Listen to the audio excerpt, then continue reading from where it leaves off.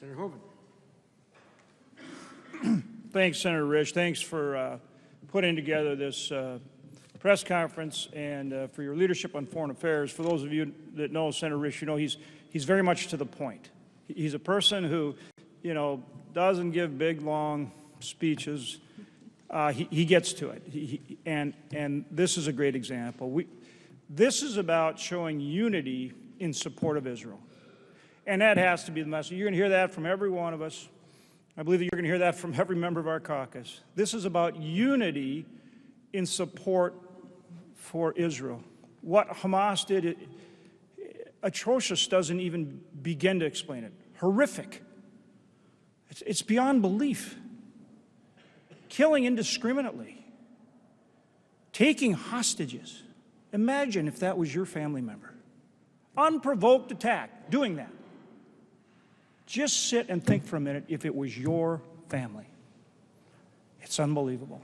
It's absolutely unbelievable. So we have to stand with Israel. We need to help Israel. And that means whatever it may take to help them, whether it's obviously weapons, the financial support, special operators as we work to bring our hostages back.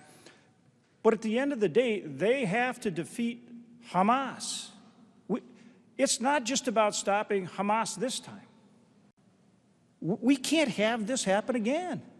This can't happen over and over. They need to be stopped. The world community needs to come together and say, this is not acceptable. This needs to stop. And it's really important that we understand a couple of things. One, Iran is behind this. And we need to quit kind of parsing words on this. Iran is behind Hamas. Iran is behind Hezbollah. That's how they get armed. That's how they get trained. That's the reality. So let's face that hard, cold reality and put maximum pressure on Iran. That means severe sanctions without waivers. They are the largest sponsor, the largest state sponsor of terrorism in the world. That's where the funding's coming from. That's where the resources, that's where the training, the equipment, that's where it's coming from.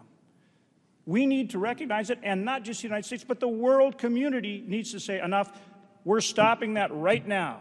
Severe sanctions without waivers. And the other thing is, we got to see it through. It's not enough to say that we're standing here today unified and supporting Israel. We must see it through. And we know there are tough days ahead.